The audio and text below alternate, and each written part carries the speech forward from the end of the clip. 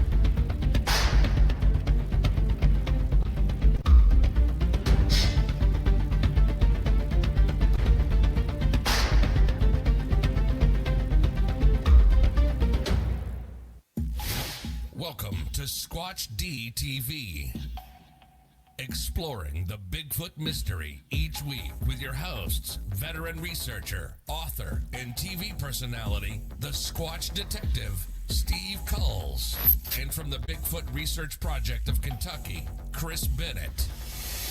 Sit back and buckle up as we bring you guests from around North America discussing the Bigfoot phenomena, but not without a few laughs too. Here are your hosts, Steve and Chris.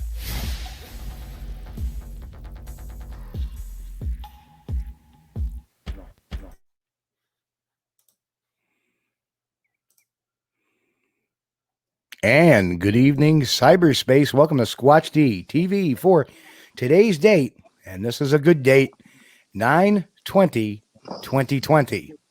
9/20/2020. So it's a kind of a funny date. That's and cool. I want to say hello to the gaggle as they wander into the chat room, as always. Hello to our good friend B. Hi, B. John, good evening to you, sir. John. Glad to see you. Walt. This is fun. Hi, Walt. We're always wondering if little Walt, right Yeah. down there is with us. Hello to Walt. Curtis. Curtis, Little welcome. Walt. Curtis. Mick, there's our good friend Mick. Hey, Mick. There it is. Uh-oh. And get naked. I like Oh, good friend get Ken, naked. Ken Parnell. naked. Naked. Ken Parnell, our good buddy Ken, is in the house. Ken. Jay is in the house. Hello, Jay. Jay. Alan, how are you, brother? Found And Jay that's- again. Hey, Alan. And that's and Alan's great picture.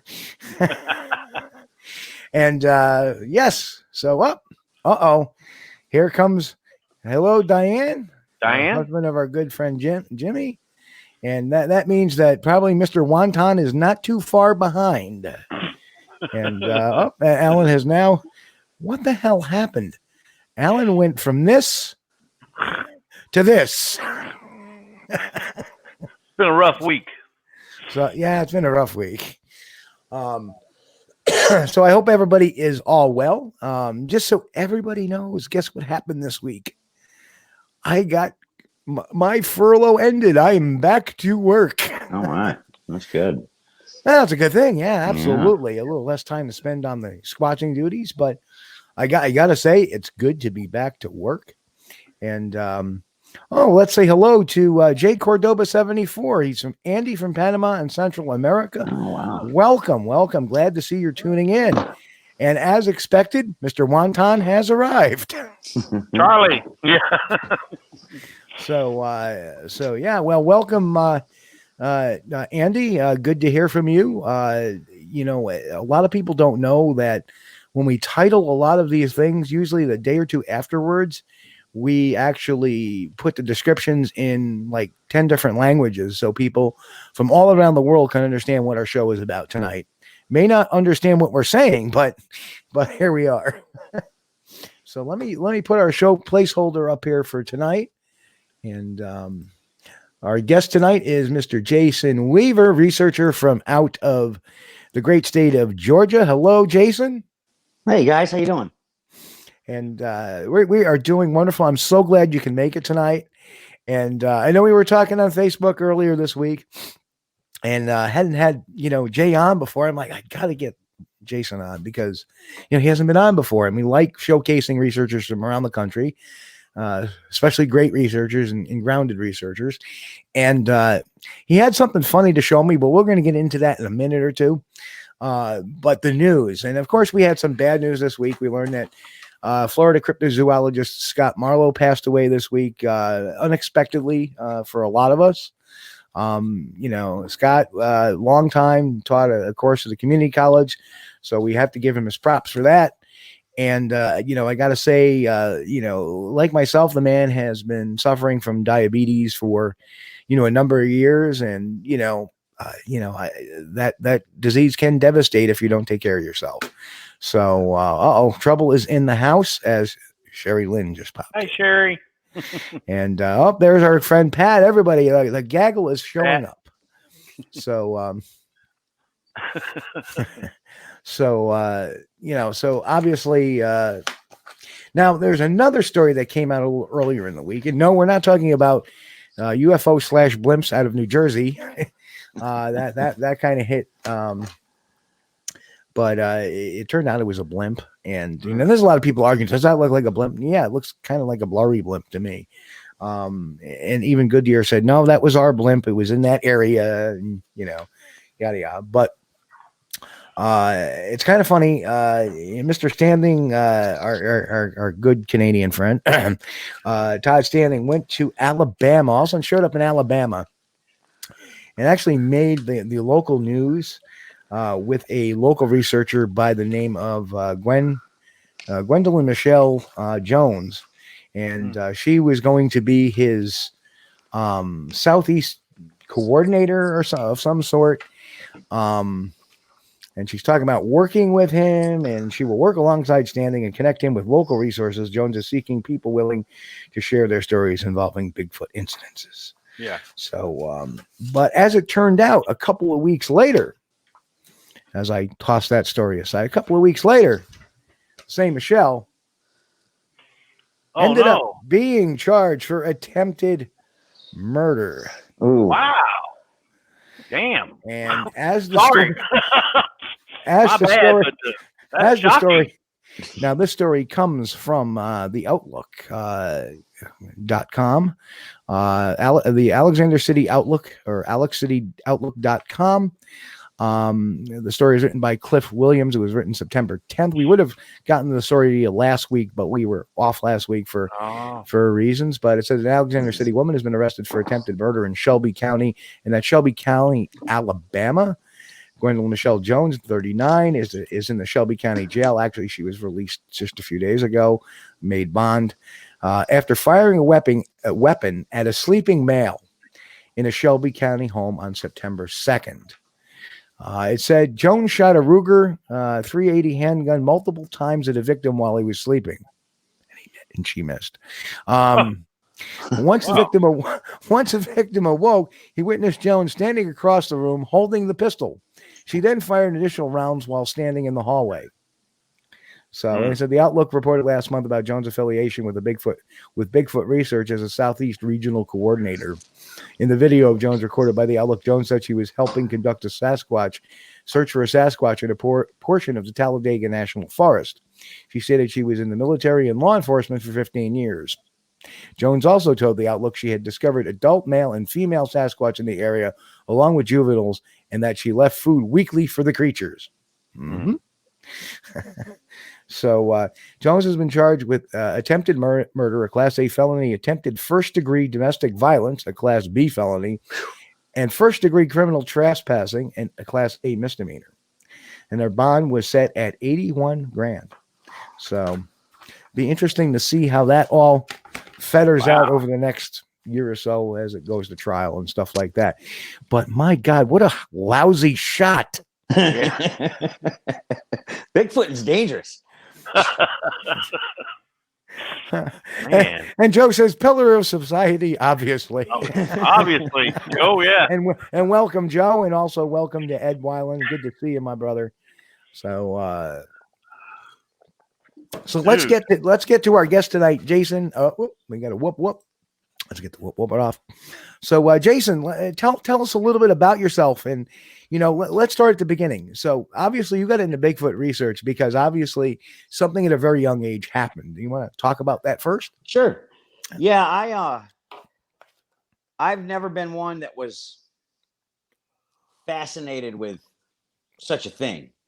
It wasn't my deal, and I can remember being a kid and seeing the Patterson Gimlin film after my experience and just being, shaking in my boots, terrified. I grew up in a small town in upstate New York, about, I'm not sure the distance, probably 35 or 40 miles south of the Canadian border, in a little town called Sackett's Harbor, New York. It's right on Lake Ontario. Yep. I didn't live in the village. I lived outside of Sackett's, and we had a small farm. I had a hobby farm, but we had a lot of property. We had about 100 acres, but about 80% or better was wooded.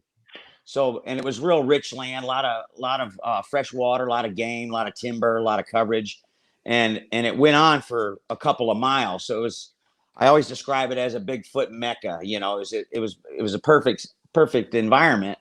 But my little hometown is a very historic town. It's kind of like history's best kept secret. There's a lot of cool things that have happened there, spooky things. And Sackett's Harbor, I didn't find this out until I, dove into the field or the subject in 2009. But Sackett's Harbor was actually the location of the very first wild man encounter ever recorded in an American newspaper. You can actually go on the BFRO website under Jefferson County, New York, and it's the only sighting listed there.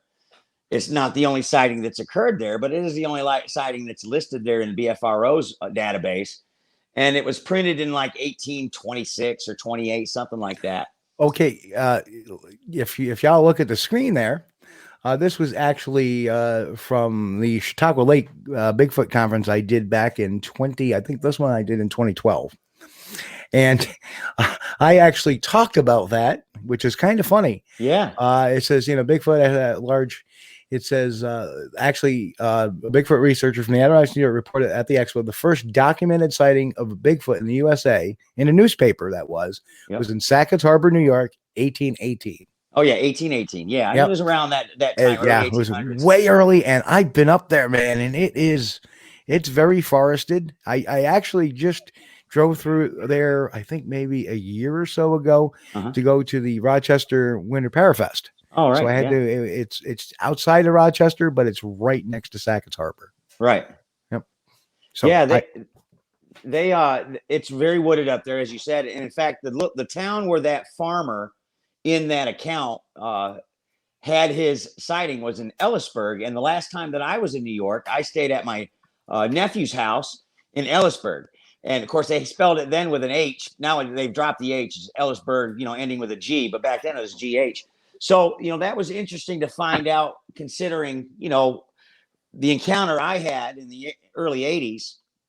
My brother had an incident the summer before I had my initial run-in, where he and a friend we had some cattle that got out. We were having issues. Something was spooking the cattle, and they happened to get out. We had 4 or 5. We didn't have a lot of cattle at that point, but we had 4 or 5 heifers get out, and they'd wander in the woods. So we had to go down and find them and bring them back, and put them in the other pasture and fix the fence they broke.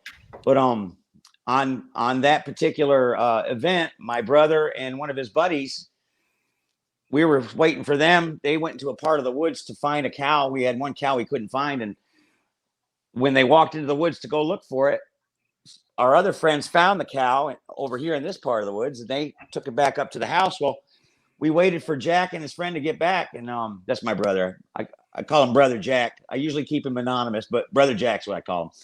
And I hear this racket. We hear this racket coming through the woods, and my brother and his friend they're running their tails off. And my brother's calls me Charlie. He's called me Charlie since I was a little kid.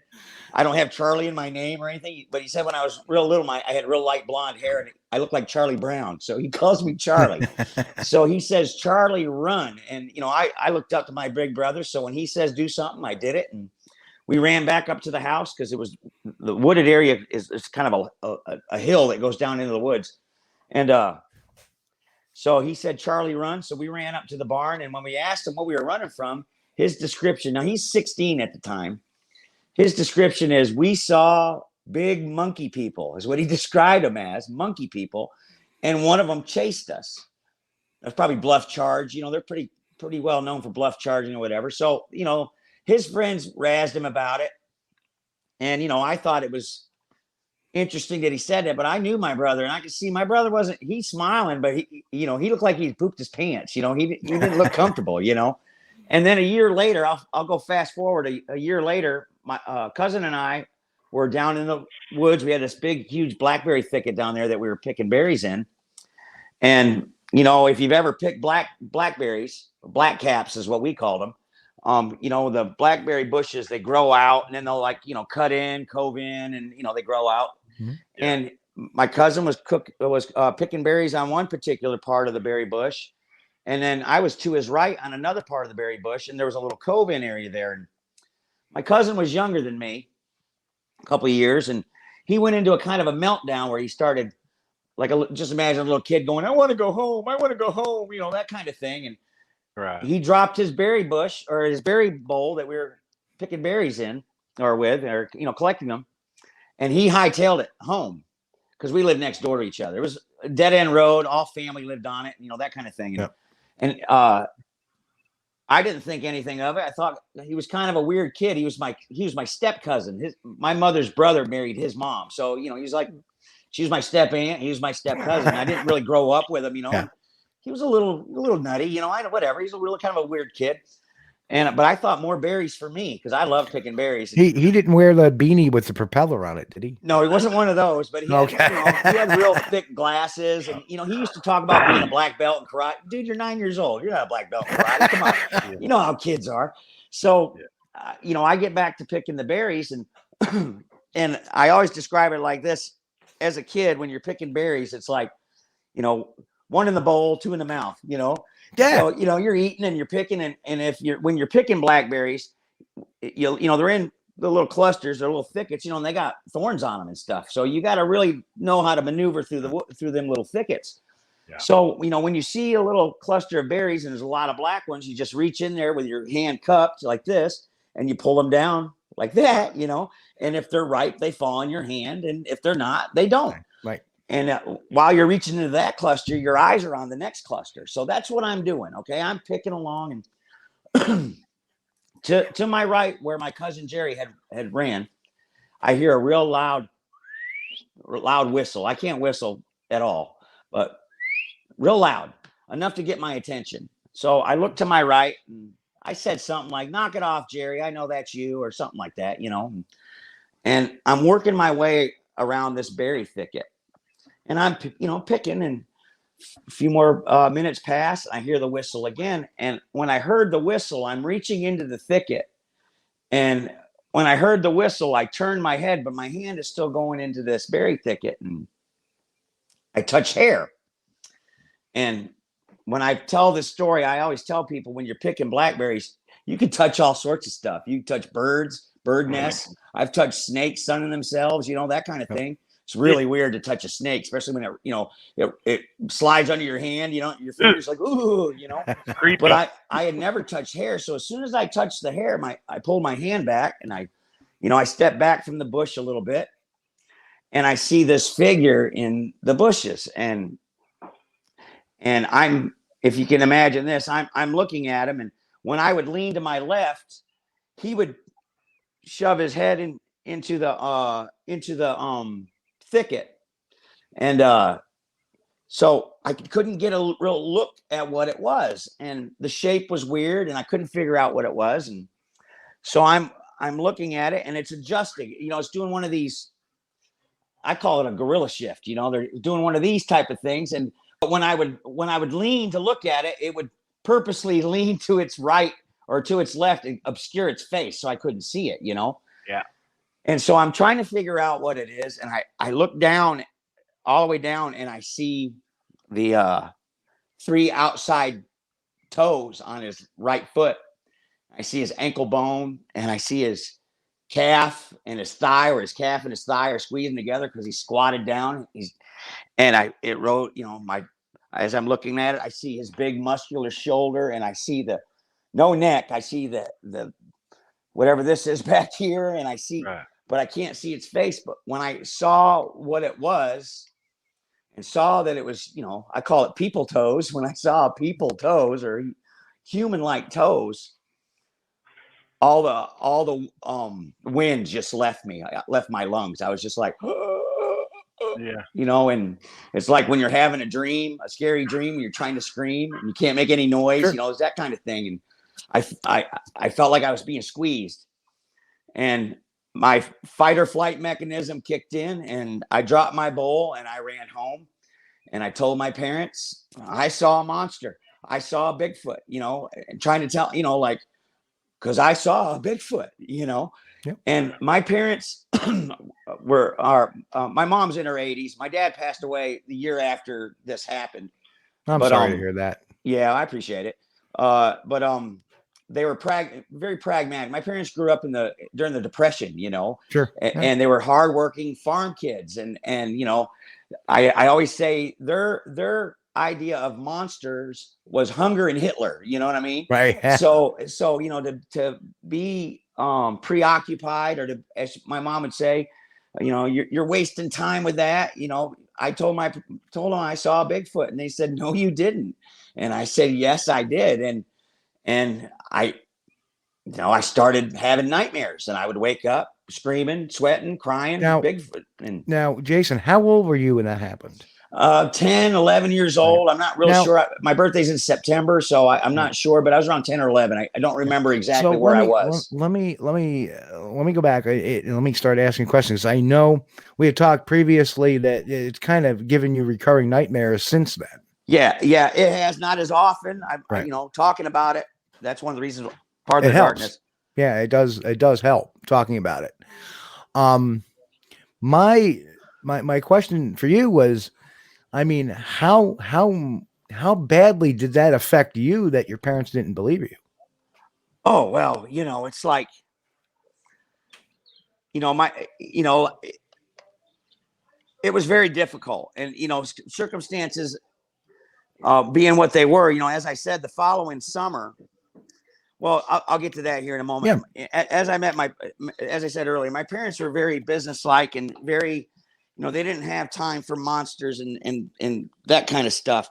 And so they would, when I'd have my dreams, my mother would say, you've got to stop this with this Bigfoot nonsense. Like, like a kid can control what he dreams, Yeah. Yep. And so I started, what I realized I'd have to do is I'd have to start, just stifling it. Just bear with me. I'm trying to get a light. Oh, you're okay. And, You're so fine, they, man. I'm gonna go out here on the back porch. So they it was hard to your parents are supposed to protect you, and I'm not trying to talk badly about my folks. They did the best they could, but it was difficult. And not only that, we had the hobby farm, and so we had like a dozen calves, and we had or heifers, and we had ducks and geese, and we had a couple of horses and guinea pigs. I raised guinea pigs and rabbits, and we had incidents, like I said, when our cows were getting spooked. We had where they were something was getting into the rabbit hutches and taking my animals and eating them, and we'd find them in weird places, stuck in notches of trees and on top of the barn roof, and it was just weirdness. And I can't say it was them, but it was just weirdness. So after the incident happened where I had my encounter in the berry thicket, we'd go down, we burned firewood. We had a wood stove and a fireplace, plus we harvested wood and we'd sell it by the cord. And so we were in the woods all the time. We harvested firewood, and as long as the truck could get down there, we'd haul wood. And Yeah. My dad would. My job hauling wood was to, when they dropped the tree and they start delimbing it, I was to pile the limbs. You know, that's what my Yeah. job was. Yep. And I would fight with my dad about, I didn't want to go down there. And so my dad would say, I said, I'll go. But, what I ended up doing is I'd stand by the truck, or I'd lie underneath the truck. Like, that's any kind of protection. But when I'd watch them, and when the tree dropped and they got all the limbing done, I'd run out from the truck, pile those limbs as fast as I could, and then get back to the truck for that safety. And that, took us into November and December of that same year. And then, of course, the following summer, as I said, my father, he died on the last day of school. And, I was almost 12 at that point.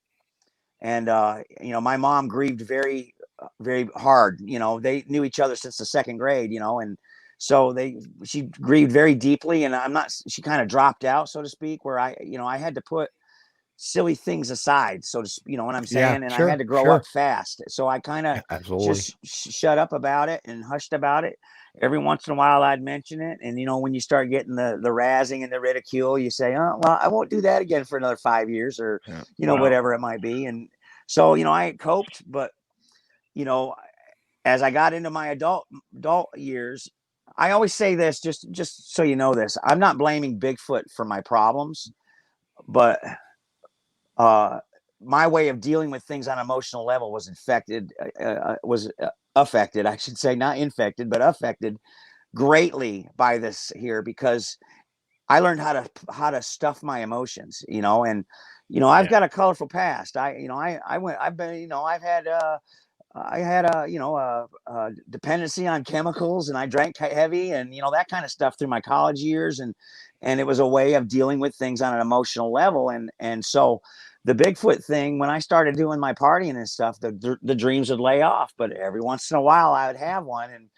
And, I would talk about it here and there, but pretty much for 30 years, I shut up about it. And then I lived in East Tennessee at the time. I went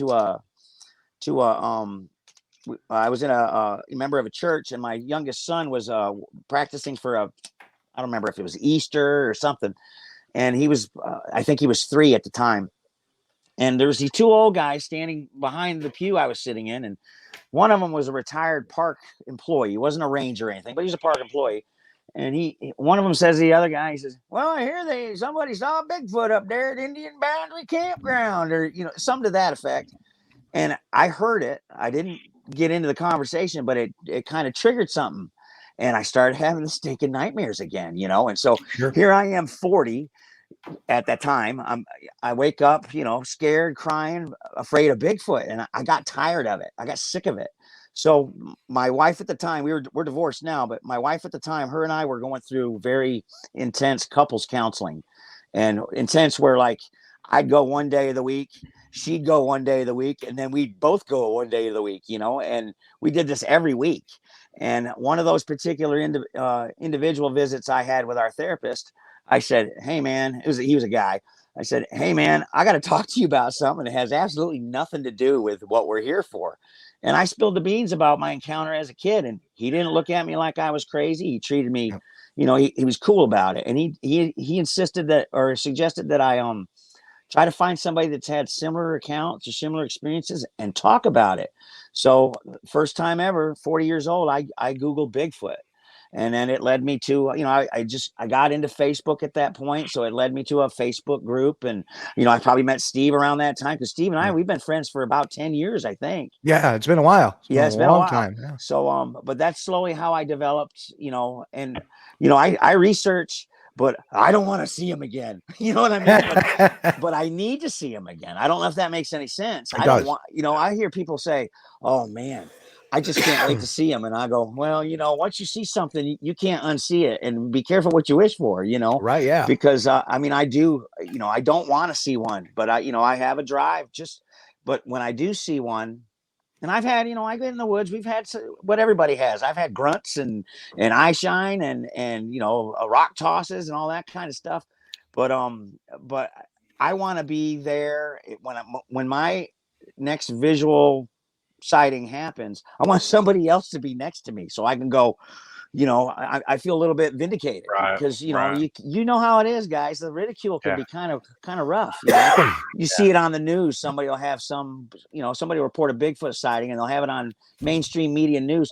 And the newscasters that are reporting the news, they're always laughing. Oh, how somebody saw old Bigfoot again? Boy, he's a busy man in here. Some silly thing, and that's one of the things that I loved about when I finally got into this to talk about it is that you still get the ridicule, but I equate it to being in recovery. When you go to a 12-step program, when you go to meetings, you develop a friendship and fellowship with people, and the Bigfooting did that for me. It healed me. It helps me to get past these things. And like when I was telling you what happened as a child, when I tell that story, I can't help. I'm reverted right back to my 10 or 11-year-old self, and I don't, but I have that I want to pee my pants feeling, and I get weepy and it's silly.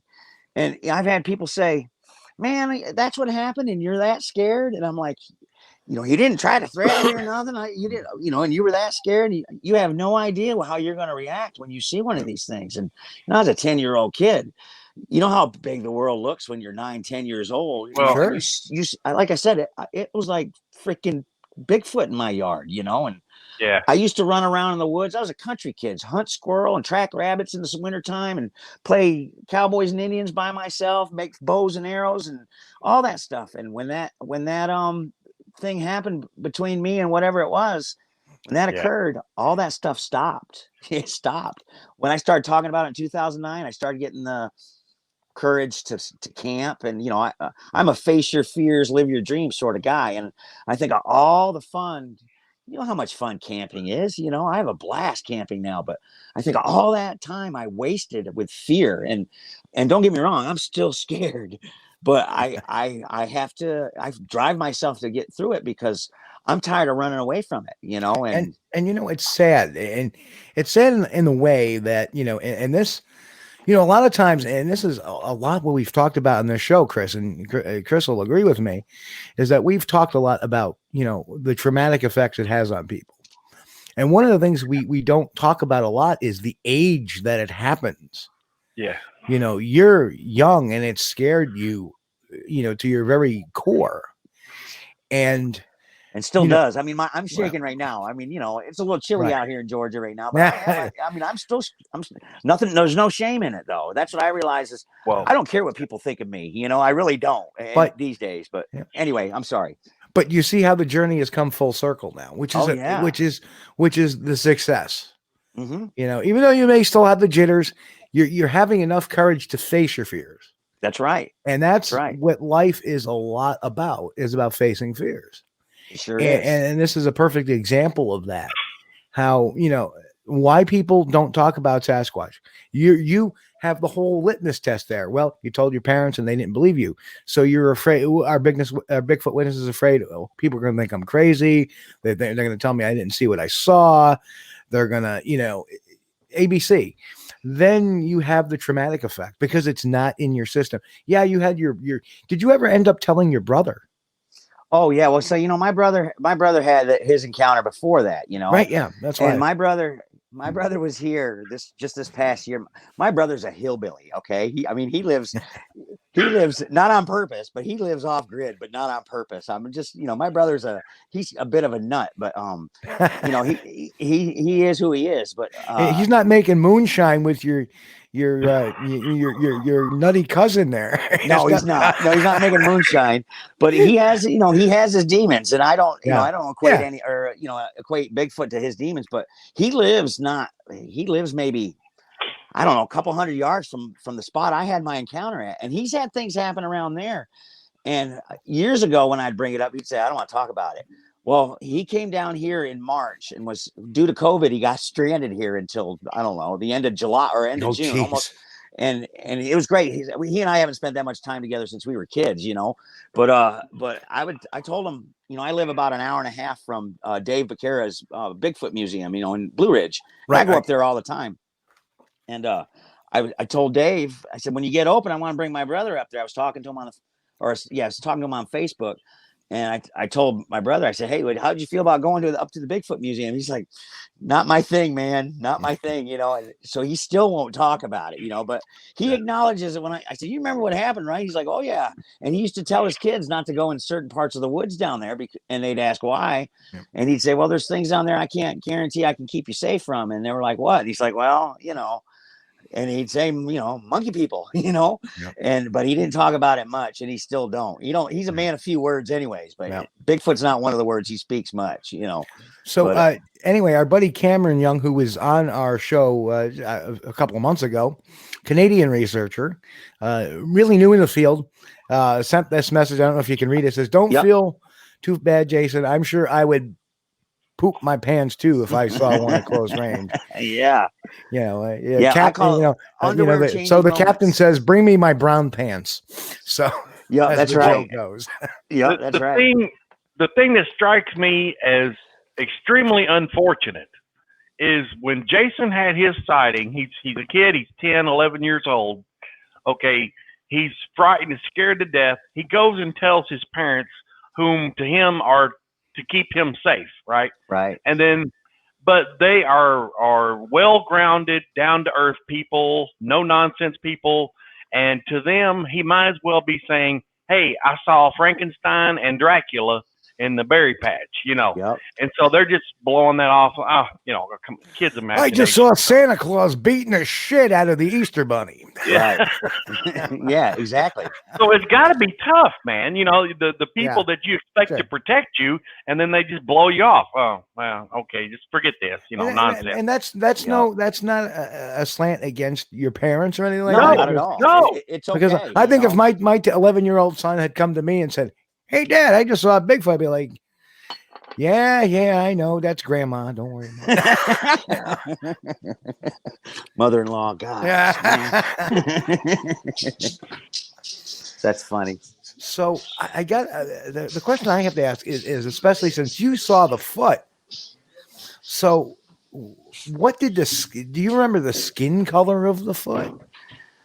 Well, around the foot was a dark haired, I don't know if you want to call it a black or a dark brown colored as far as the hair, but the ankle bone was bare and looked like, like a chimpanzee's, how their digits look on their hand, where the hair's worn off. It was kind of like that around the ankles.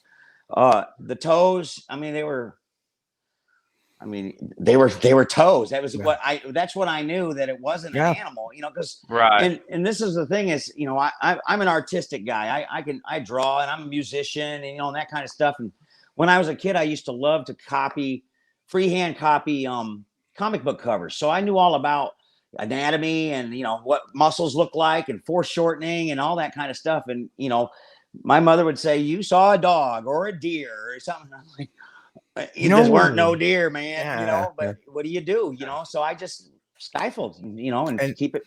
And it's, secrets keep you sick. That's what they say in recovery, and it's true. And I suffered with it, and I still do, but I'm a lot more vocal about it because frankly, I don't care what people think anymore, Well, it's really funny because many, people ask a lot of times, why, there's been critics against like Bigfoot conferences and stuff like that. And I do it to make connections with a lot of people. A lot of times you come out there, not only am I making connections with my friends and researchers, but the witnesses too. And I remember one witness, and he's been a guest on our show, Chris. I don't even remember him. He was on years back, Dave Groves. And Dave had an experience, and he never talked about it.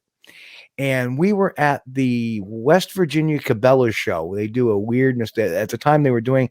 This had to be like 2014, 2013.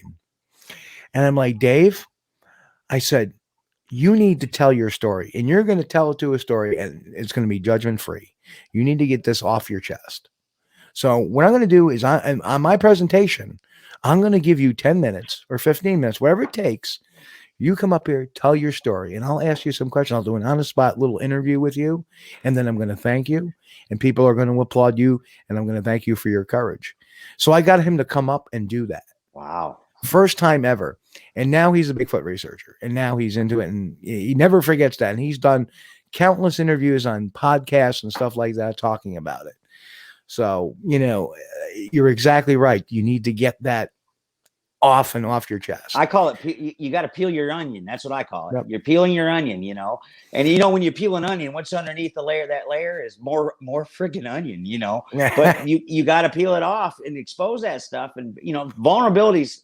It's not, you know, we're men. We're taught not to be scared. You know, we're taught not to cry about things. You know, that kind of thing. And I learned that, you know, I am who I am. And if I get, you know, it's not easy to tell that story. It gets, you know, I've been telling it for 9 or 10 years now, you know, but it's always hard, but it's always good for me because it gets it out of my head. And like I said, you know, my desire is not, I have no desire to see one other than the fact that I need to. And it's not because I want to go, oh boy, I saw another one, you know, I just want to be with somebody that'll say, I think you want to see it again to come full circle. I really do. Yeah, to be vindicated and feel like, aha, here it is. And actually, I think if you were to see one again, I think when it's all over with, I don't think you would have this angst feeling. I think you would feel vindicated. Empowered, I think. Yeah. Empowered. Yeah. And I think that probably you would find all this other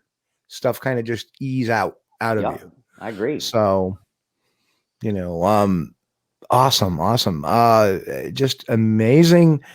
And again, very brave of you to come forward. And again, I want to thank you for coming on the show and telling this story, because this is an awesome story. And you've become a researcher since, and you're doing stuff. And obviously you had a connection with a brewery. Yeah. So now comes the part of a little fun, and it just shows how far Jason has come. And you know, he said, "Hey, I want to show you this," and he showed me this commercial, and it's a local IPA, correct? Yep. Atlanta based. Well, they have a location in Atlanta, and I think the other one is in Virginia Beach. They have 2 locations, but yeah. And he showed me this commercial, and it looks really serious at first. Like, this is a Bigfoot, like, little mini doc. And then all of a sudden, then all of a sudden it turns. Yeah, a little bit. Love it. But you know what's interesting? Just to kind of preface the video real quick, how it happened is Dave Becerra. I mentioned him earlier. You know, he's a BFRO researcher, and you know, he's the owner operator of the exhibition Bigfoot, the Sasquatch Museum in Cherry Log, Georgia. I'm not putting a plug in for him, but that's where. And he and I are great friends. I go up there all the time. If you ever get a chance to go there, if you're in Georgia, I highly recommend it. It's a very fluid place. It's always changing, and he's got a lot of cool stuff in there. But anyway, Dave reached out to me and he says, "Hey man, I got a question. He said, I want to talk to you. Can I give you a call later? I got a possible paying gig for you, because you know I'm a musician and you know I'm a hustler. I like gigs." So I'm like, cool. I thought maybe somebody was having a wedding reception at the museum or something. I could see somebody doing that, you know, especially in our circles, of course, you know. So I called him and I said, "What's up?" And he told me how this production company, where they were doing this brewery promotion, and they were going to doing all the interior shots in the thing are done at that museum. And he says they wanted me to be in it. He says, "I don't have time. I'm too old. I ain't got the time." And he says, "But I know a guy that would be perfect." He says, "And I thought about you. Would you be interested?" And I'm like, "Yeah, that'd be great." So the production company contacted me. They set me up with the set. It was great. It was top notch. They were really cool to work with, but it was fun. I had a lot of fun doing it. So I guess let's show this commercial, and I got to tweak the sound a little bit because we're, at least on our end, we're having issues. I notice on playback there's no issues with the sound whatsoever. So I think it's being broadcast okay. I think it's just us that sometimes the sound cuts on it. I don't know why, probably because of the mixer. But so let me mute us, guys. We're gonna see this commercial. You guys are gonna. I loved it. So this is from the New Realm Brewing Company. So. And here we go, folks. Enjoy.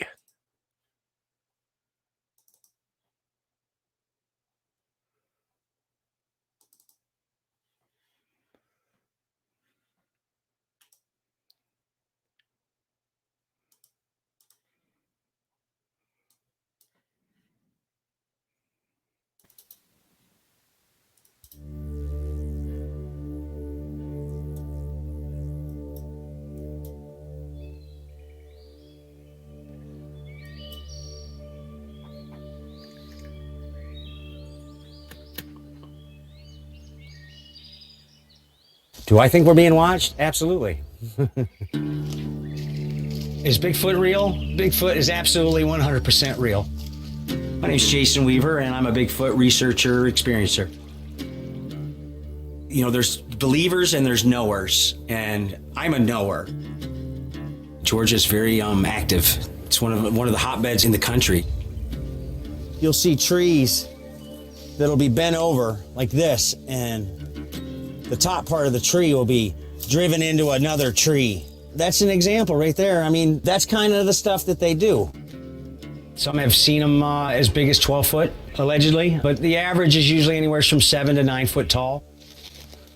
Sasquatch need plenty of cover, lots of wooded areas, lots of forest areas. They need plenty of fresh water. This is not a subject you can just bring up to anyone. A lot of people will look at you like your cheese is slipping off your cracker if you talk about such things. This is the buttocks imprint. I believe the print was left in the snow or the mud. That's a butt right there for sure. One of my techniques that I use to lure Bigfoot out of hiding is gifting them things. The best tool you can take in that situation is always keep an open mind. Well, what about this? This work? New Realm Hazy Like a Fox IPA. I don't think anybody's ever gifted a craft beer, so fruit's a big integral part of their diet, so a fruity flavor and is smooth, I think it'd be a great option. So what if we are big enough for Bigfoot? I don't think that's ever been tried.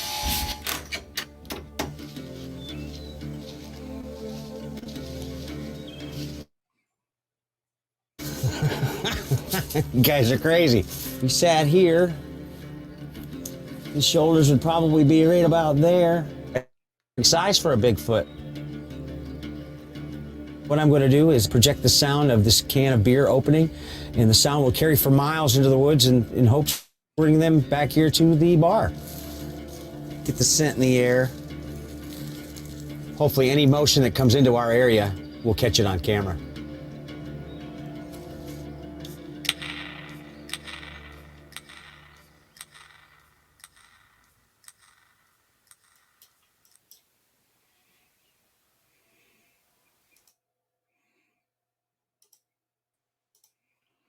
And of course, I love that. Oh my God. It's pretty cool, isn't it? I enjoyed it.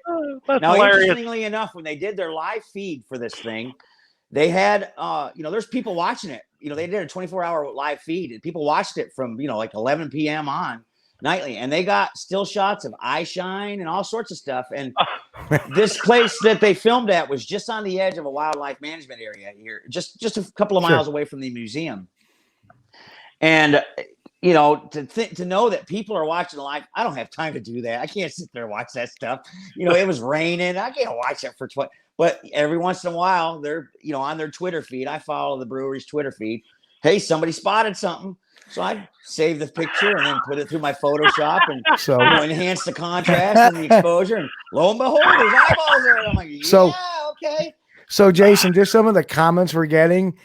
Tack, our good friend Tack Mike over there, who's recuperating. That is the best marketing I've seen in a long time. Oh, great. Our good friend Nick said, what a great ad. Beer mug, smiley, thumbs up.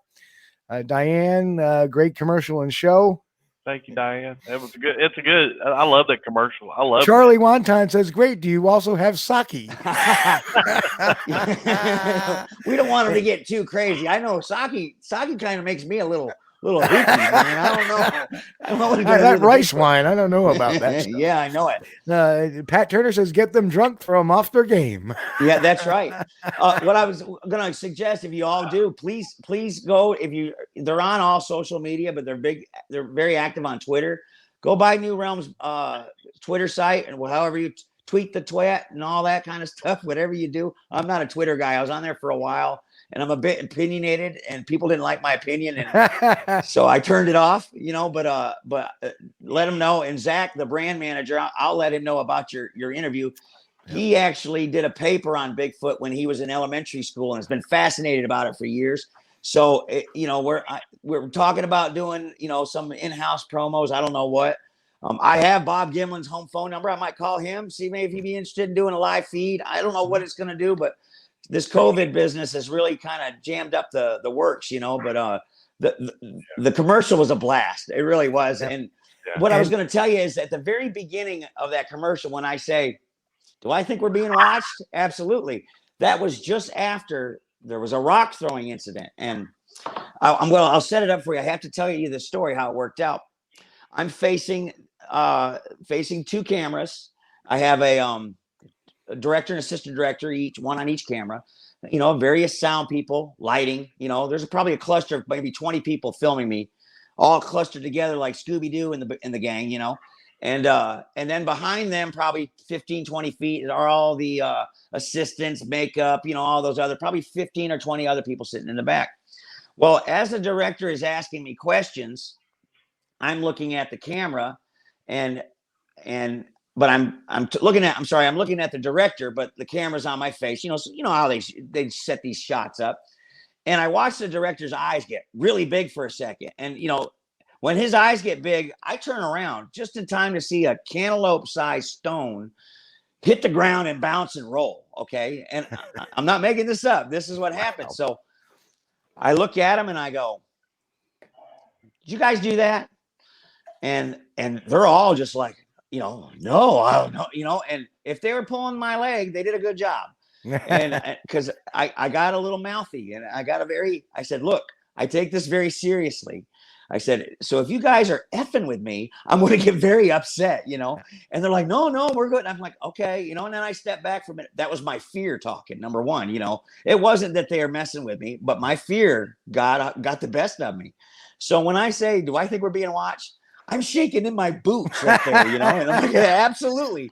Nothing like method acting, right? Yeah, no acting there. But I want to go back to the area. I know where it is. I'd like to go back to the area. And also, I've approached the production company about getting the footage that's around that certain spot. And they said, normally they take they'll take the finished product and give you a shareable version for your reel. If you're an actor, to put on your reel. Well, I'm a real dude, REAL, So I asked them if I could have that footage, and they're like, well, we're going to have to get permission from the customer, which is the brewery, if they could mind, So I've talked to Zach about it. Zach says, I'm cool with it. I'll talk to my guys. And so I'm hoping it goes through these slow channels, Well, you can tell Zach from us. We love that commercial. Yeah, I will definitely. And I'm gonna say we have at least one Canadian in the audience, and they usually have the right to say this.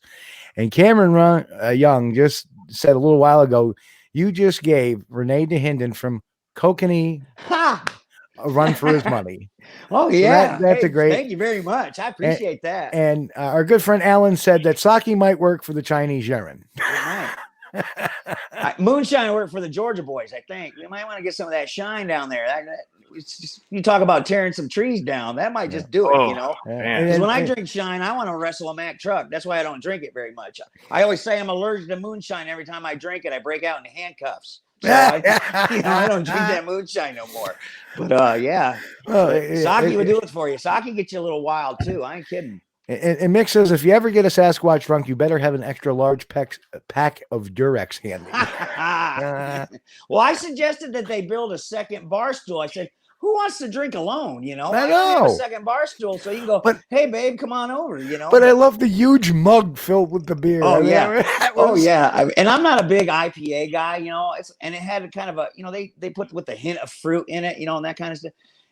And I'm like, well, yeah, but I mean, it was all right, but not the first. It's kind of like drinking grapefruit flavored beer is what it tasted like. If you like that, it's an acquired taste. And our good friend Mick, speaking as another Canadian, he agrees as well. So everybody loved him. We got a great audience. They know our sense of humor, so they tend to throw our types of sense of humor around in the chat. Well, they'll love the fact that New Realm has another flavor out. It's called Jacked Squatch, and it's like a heavy dark IPA, and the cans are cool. And I'm supposed to be getting some from the brewery. I got to get down there or whatever. They're located downtown on the Beltline, but yeah, the cans are really cool. You can Google them or DuckDuckGo. Stay away from Google. Do the DuckDuckGo thing. And check out Jack Squatch IPA. And the cans are really cool. I just want a 6-pack to sit back here on my Hey, you know on what? my collectible thing. I'll run their commercial for a full year. All I do is send me a case of beer. I'm good with that. That sounds great. I'll be happy to tell Pass them that on. Well, I know to Zach will watch the show once I tell him about it. Yeah. I'll send him the link when it's shareable or whatever. Yeah. But he'll love that. So you just keep talking that stuff, Steve. He'll like that. Hey, you can pay me in beer. I'm good with that. There you go. I'm good with it too. I like beer. I like T-shirts. I like that. I'm cool with that. But absolutely. And of course, cool. Alan. So, again, there has been the request. Every time we run an ad, somebody throws up, and our good friend Godzilla out there says, is it time? Is it time for our regular sponsor we run, our faux sponsor? So I don't know if you've ever seen our Snapple commercial, Jason. No, I haven't. Okay, so I think just for fun, we're going to run the Snapple commercial because we haven't done that in a while. Yeah, it's been a Usually while. we run it about once every 6 or 8 weeks and get people to chuckle because it's now obviously you've been following this, so the characters involved in this. So let me adjust the sound and we'll get back.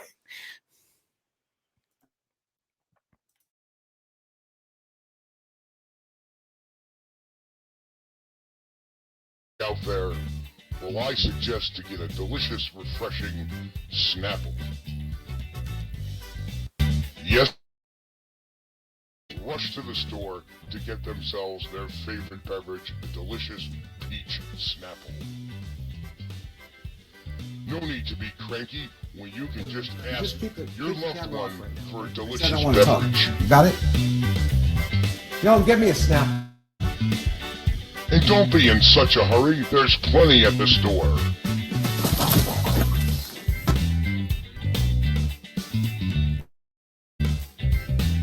Get me a diet peach Snapple.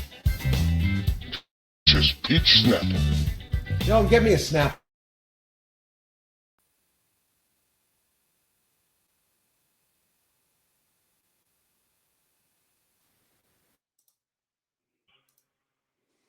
So yeah, we haven't run that one in a while. I love it. See some old familiar faces in there. Yeah. Or one in particular, anyway.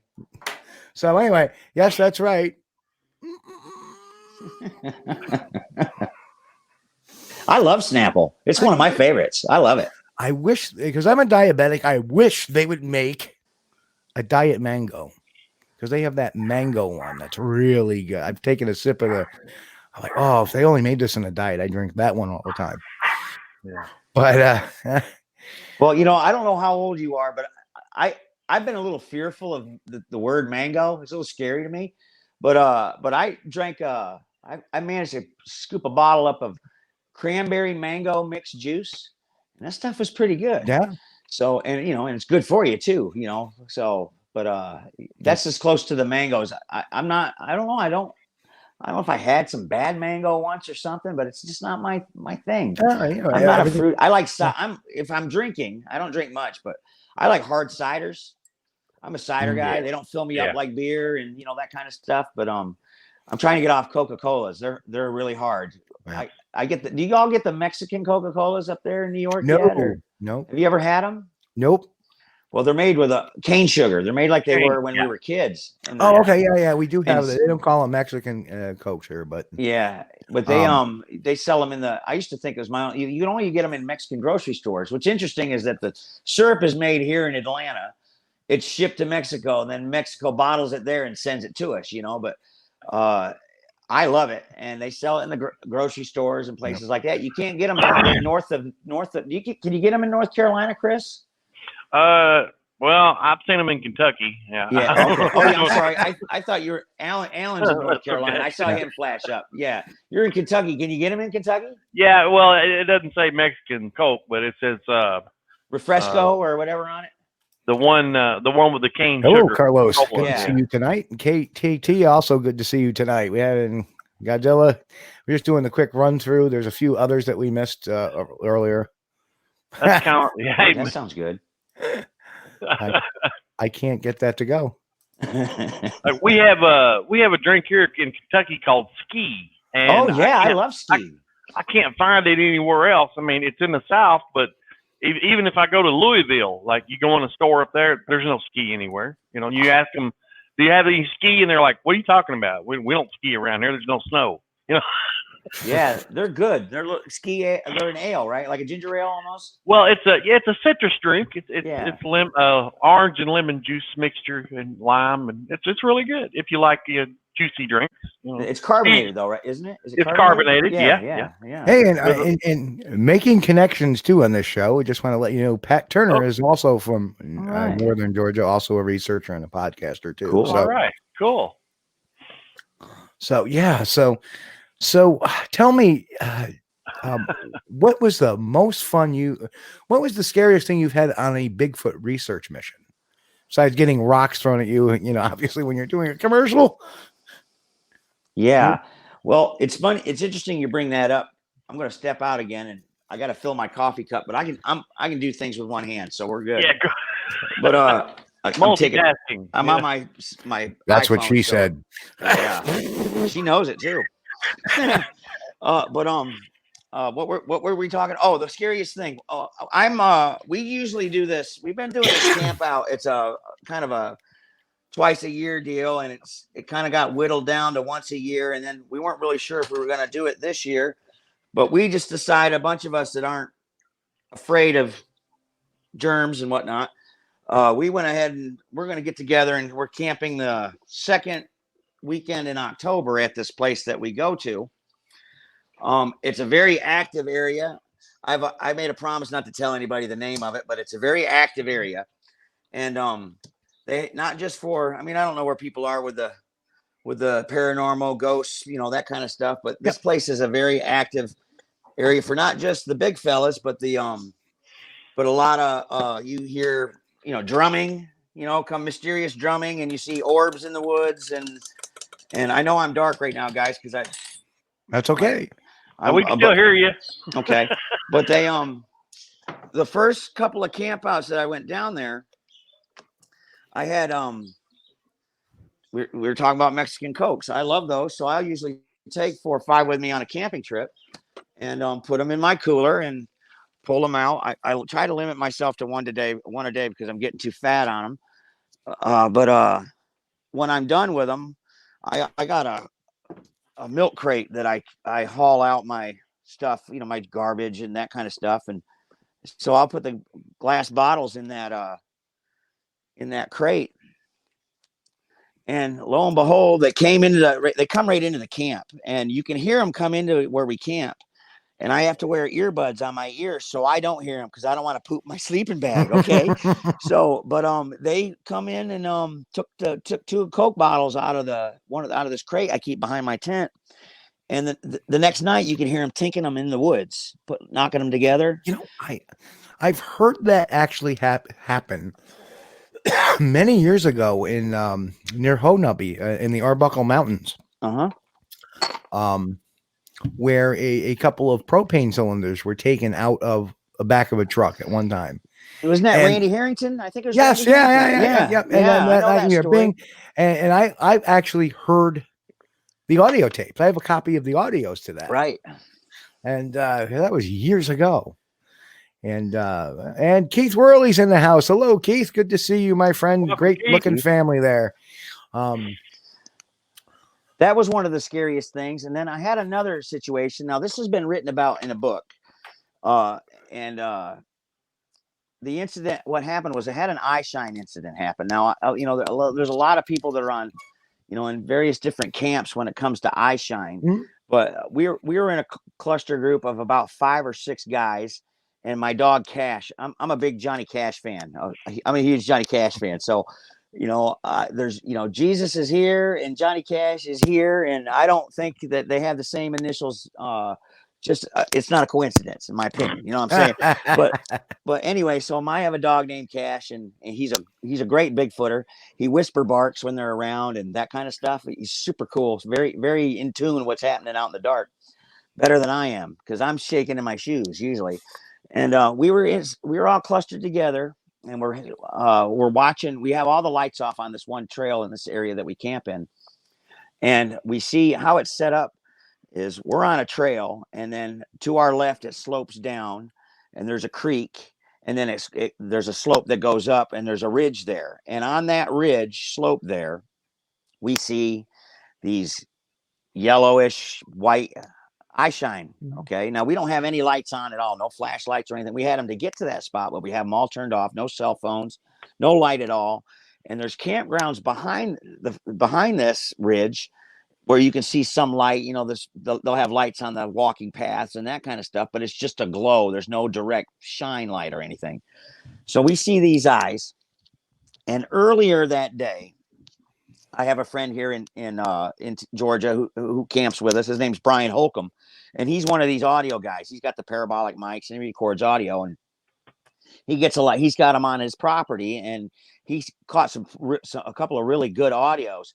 And one of them was I'll try to mimic it. It was a whoa, like that, like a whoa, and you could hear it clearly. So as we're standing in a little cluster watching this eye shine, we're all just staring at it, and nobody's doing anything. And you could see this thing swaying, from behind the tree and coming out, and you could clearly see these eyes. I'm not saying they were bright like flashlights, but you could see them clearly.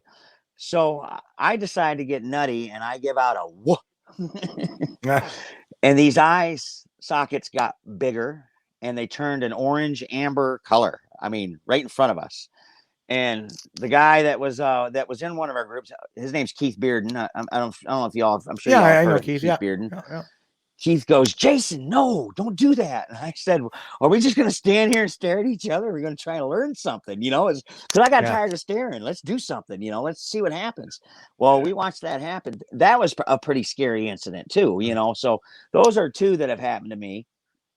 And then I had another incident happen on this property. Now, I don't want you to think that I'm getting all hooky and crazy.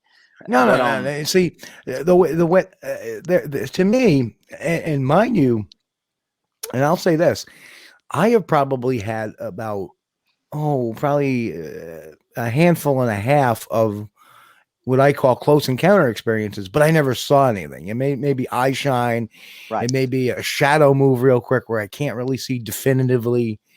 May hear some things that definitively don't make any sense.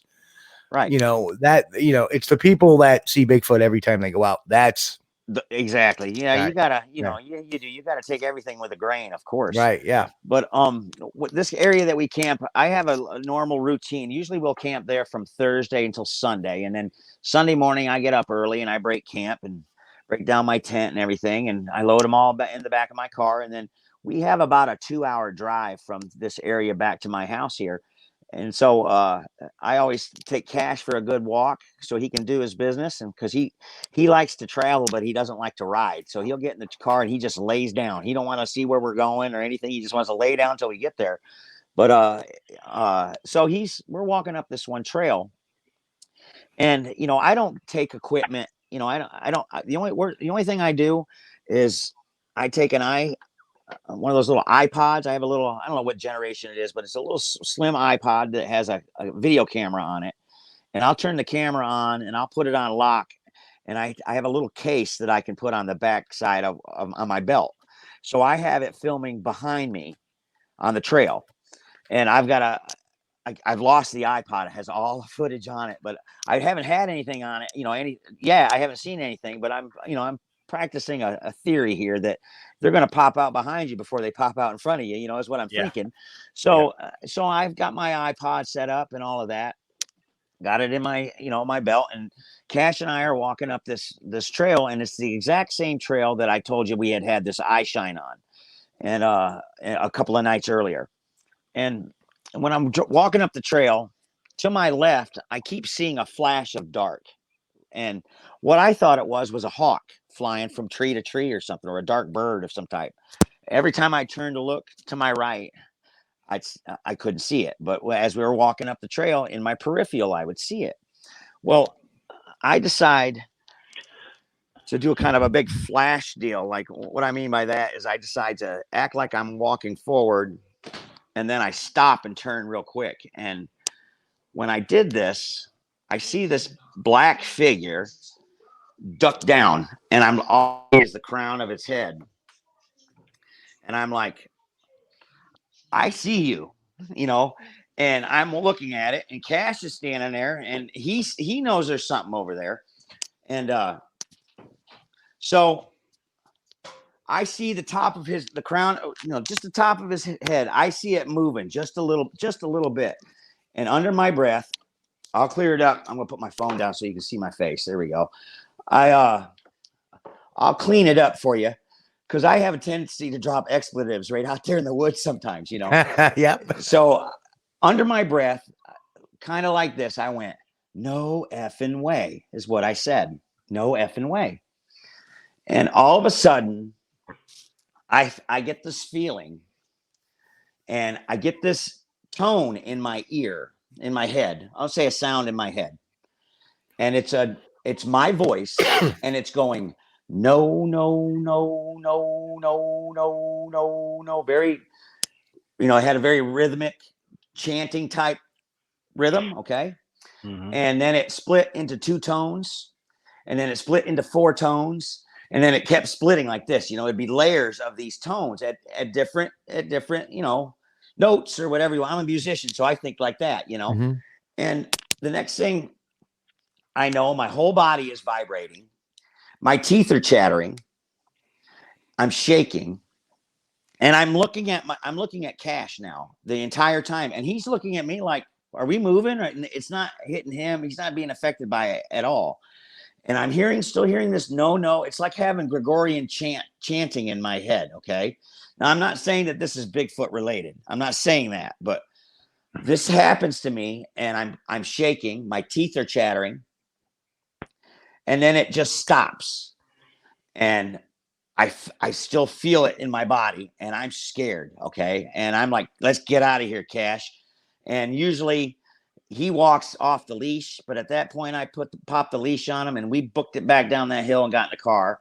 And like I said, it was about a 2-hour drive, and I was so shaken by this that I don't remember the drive at all. I had bits of teeth, like I had sand in my mouth where my teeth had vibrated together so much that I had grit in my teeth, and I didn't feel right. I brought it home, and that evening, I found a couple of ticks on Cash, and I found a couple of ticks on me, and I started thinking, well, maybe I've got Lyme disease. I don't know what's wrong with me, but I don't feel myself.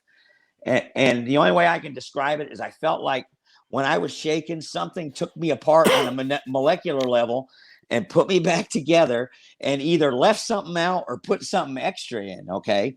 And, well, you've just described something that we talk about quite a bit on this show, and Alan just popped the magic word out there. Yeah. Infrasound. Yeah, that's what I think it was. I think I got what do they call it? Zapped. That's right. Yeah, that's the untechnical term for But it stayed with me, I'm telling you, for months. And then the thing is that it's still with me as far as the physical feeling. Now, how far it became my new normal. I hate using that word, new normal. Yeah. I hate that, but that became my new normal. This feeling, this is what I have, And now, let me ask you a question. How far were you from this silhouette? Oh, probably 20, 25 feet. So not very far. Not far at all. And you know what? I mean, when I took my attention off, I was looking at I totally forgot about it over here. And then when I remember, when I zapped out of it, or when it stopped, I immediately looked over there and it was gone. And that's when I went, because I didn't know where it was, whatever it was. But I know that those two things are related. I'm not saying that dark figure I saw was a Bigfoot, but whatever I saw, I think, and what I was feeling were related. So, and that's a very well-grounded thing. And I say that to people too, is, some people say that, hey, I saw this Bigfoot and it disappeared in front of me, and they're a Bigfoot researcher. Well, maybe you didn't actually see a Bigfoot. Maybe it was something on the paranormal side that you saw that was manifesting as a Bigfoot, because that's what's in your mind. That's, and that's, I try to, infrasound is one thing. And yes, Chris and I both have experienced infrasound in our respective research areas. And I remember years ago, Chris saying, you ever get that little twitch in your ear, like a little vibration in your ear? And I'm like going, no, Chris, no, I haven't. That's kind of weird. And then like 3 years later, it happened to me, and it was followed up by this feeling of being watched. And like, I don't feel like I should be here type of feeling. Yeah, exactly. And that's only happened to me a couple of times. Strangely enough, it's never happened to me when I've had a sighting, because I've had 2 sightings. One of a juvenile, the first one was actually a longer one. It was about 45 seconds. Felt no fear at all, except for the big stare down. Like, I think it's watching me, but it's not quite sure if I see it. So it's kind of just standing really still, except for, a quick tertiary look around when it first saw me. Yeah. And it wasn't until I just moved my light a little bit and then it decided just to turn around and walk off. Yeah. And the second time was coming out of my tent, and I see this 5.5 foot juvenile, 5 foot, 5.5 foot juvenile going, must have heard me getting out of tent, so it took off. Yeah. And both times, the first time with the adult, it was watching our campfire, and we were all in campfire, and I kind of walked out by my lonesome very quietly to get batteries, and there it is. Oops. And the second time, everybody was sleeping, and it probably was looking around, and it didn't expect me to come out of the tent, and when it did, I better get out of here. And, yep, go ahead, Chris. I was just going to say that when Tommy and I got hit with that infrasound, those creatures were approximately 120 feet away. Wow. And it was enough when it hit me. Well, hit myself, Tommy and myself at the same time. We both, thought something was like trying to fly into our ear. Yep. And it was pretty intense.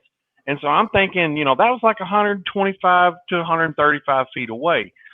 Now, if Jason was like 20, 25 feet away, he must have got hit with a really strong, Right, yeah. Well, the other thing too is people say, well, Chris Bennett, what, 120 feet, isn't that very long distance? Well, infrasound can travel for hundreds of miles. The blue whales communicate them for 100 miles away. And yes, Tack reminded me also, we did have another sighting. It was actually a group sighting. A few of us saw it, and it was off on another hill. It was a daytime sighting. Yeah. And that was our third one. No creepiness there. Just that we pushed a little deeper into an area.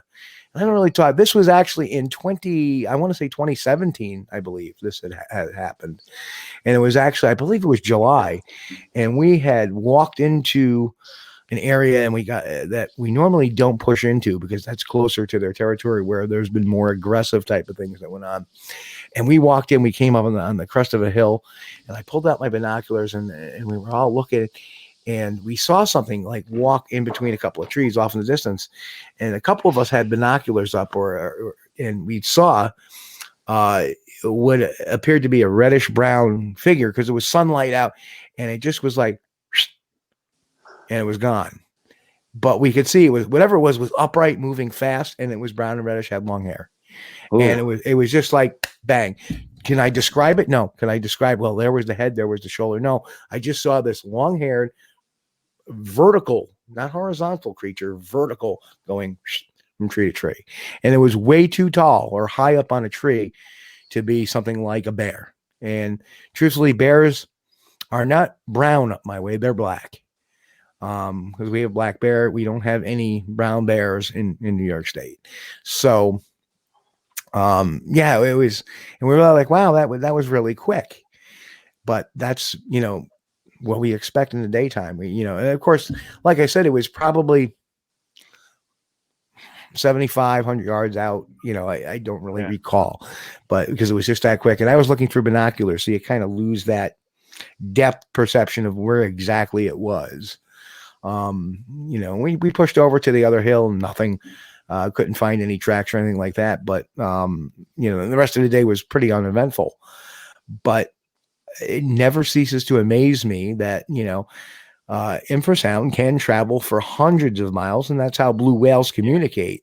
Now, I know infrasound will travel further in ocean, but we're talking, 120 feet versus 150 miles. So one would think that if it would travel 150 miles projected strong enough in water, it would probably easily surpass 150 feet in the air from something as massive as a Sasquatch. Well, and I would just want to add something that, I think what they did was infrasound, but I'm not certain.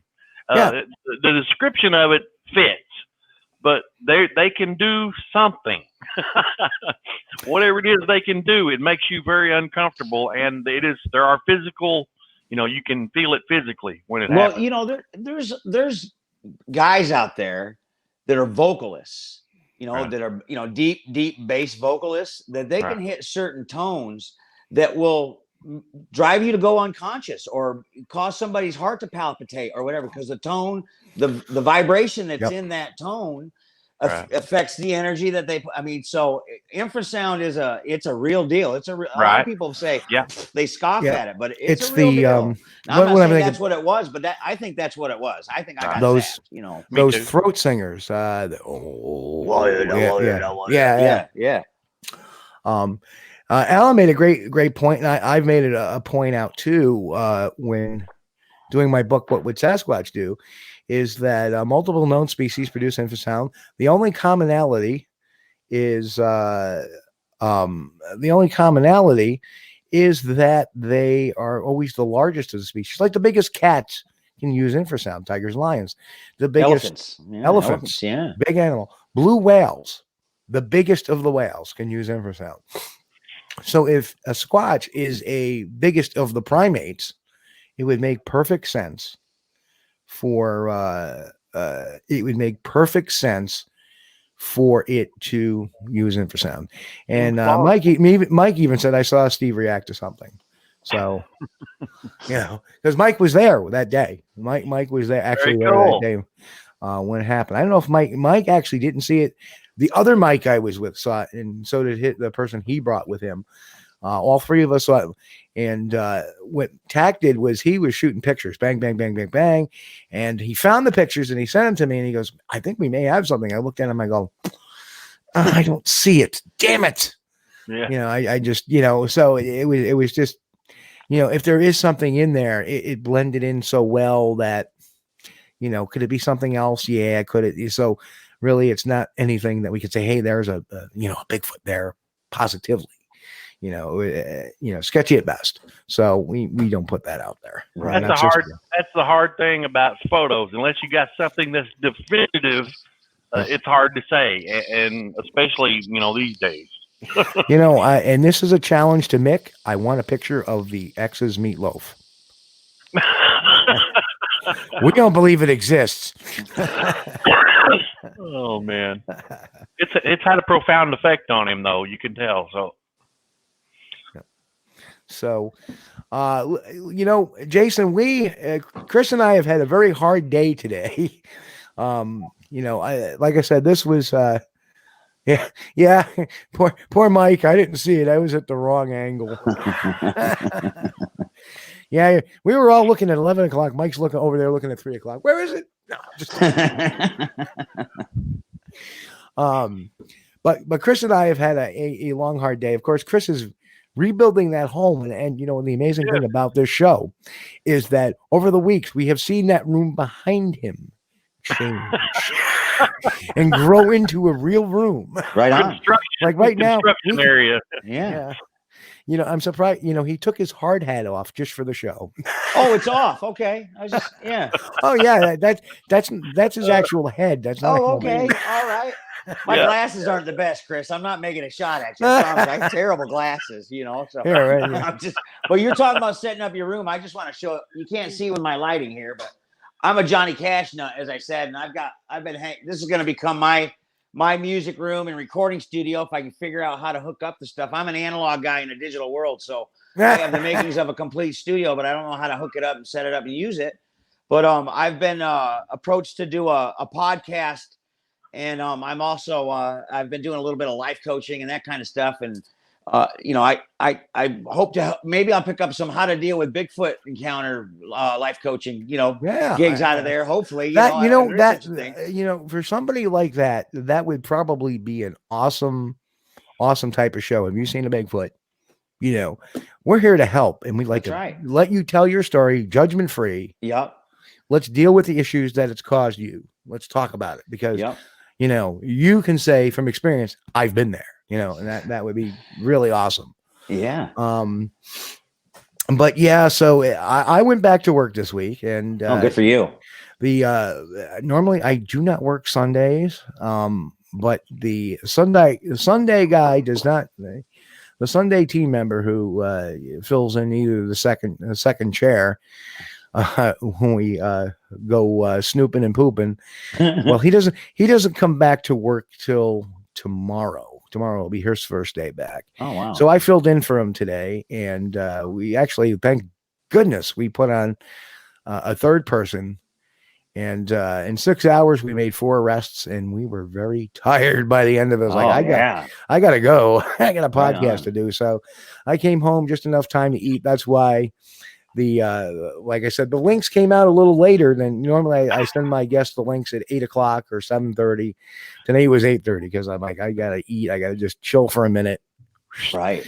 And then I drove home to some bad news, which I don't need to discuss and has nothing to do with me whatsoever, but has to do with a family member. So, oh, well, bad news is always bad for somebody. Now, if 2020 could suck anymore. Oh gosh, I know it's so just folks, if you're out there listening, just say prayers out for that family member for me. I would much appreciate that because that person's going to need it. And hopefully the next few days we'll see how it works. Yeah. But so we're gonna cut at the 10:30 hour. Okay. Tonight, as opposed to the 11 o'clock hour. Chris is beat. He's been, like I said, he's been in the construction zone. Right. But I want to thank you for coming on. It was great having you on. It was a lot of fun. Thanks, man. I appreciate you having me on. This has been a lot of fun. And you know what? Sometimes you have interviews where you got to draw everything out of somebody, and those are tough days. Yeah. Today was an easy day for us, and we thank you for giving us an easy day. Sure. I love to talk. So, and I don't go talk to everybody about Bigfoot. I say this a lot. I don't talk to everybody about Bigfoot, but if you bring it up, I'm going to talk to you about it, So, but I dig talking about it. And like I said, if I can help somebody out, if you want to reach out to me after the show or whatever, you can find me on Facebook. I also have a Sasquatch Bigfoot related group on there called Sequoia Sasquatch Society. You can find me. I got a few vetting questions, and that I'll put you in. It's real easy. Me and 2 other people are the admins, and they've done nothing since I started the show or started the group. So it's there. But if anybody has any questions, I'm more than willing to talk about it. And you guys have been great. I really appreciate you bringing me on board and letting me talk about all this, and all the best to you. Oh, anytime, brother. And if you get another commercial out of this or another commercial comes out, please send it along. I will. And please check out New Realm Brewing's website. They're really easy. Twitter, all that. Check out that Jack Squatch beer. That's kind of cool. I thought it was kind of great timing. I don't know if they planned that. I think they did, but I don't know. But I appreciate the plug, and I know they're going to appreciate it too. So well done. And continued success, my brother, and keep on squatching. Yeah, man. Me too. And folks, just so y'all know, folks, we'll be back here next Sunday night, 9 p.m. Eastern. Facebook.com/Steve Kulls, YouTube.com/Steve Kulls, Twitter.com/SquatchDET. And you can check replays at SquatchDetective.com, SquatchDTV.com, the Squatch-D TV Facebook page, and, of course, the YouTube page. We all have the replays and reruns and all that fun stuff. And for those who have missed episodes of Squatch-D TV, you can go over to SquatchDTV.com and check out the archives. We have every show there that we've done on Squatch-D TV. And all you have to do is just click on them. You don't even have to get off the page. You just click and it plays. So, and for our podcasting folks, I do want to say this too. I want to welcome to our TuneIn listeners, because we are now on TuneIn. We right now our podcasting is going out to via Anchor FM. It usually gets uploaded Monday morning, which it will get uploaded Monday morning. So in that, of course, you can catch the audio broadcast on this. So you're going to miss out on a great commercial. But there you can find us at the Apple Store, Google Podcasts, Stitcher Radio, and hopefully soon we'll be back on iHeartRadio. So check it out at anchor.fm for Squatch-D TV. If listening to the car is what you like to do, or just put it on your phone to listen and act like you're working and you're actually listening to our show. So, Chris, as usual, you want to do your thing. Oh, man, I just want to thank Jason again for appearing. A great guest, super guest. Man, we appreciated having you. I want to thank all of our listeners. We had the most educated audience in the radio business, internet podcasting, and we appreciate them.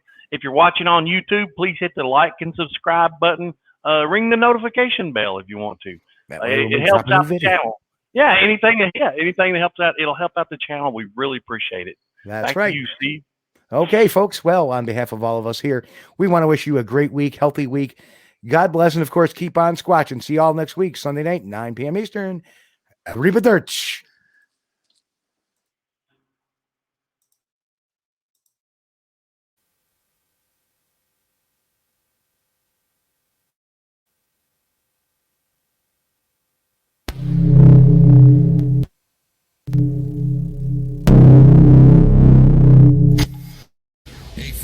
You've been watching Squatch-D TV.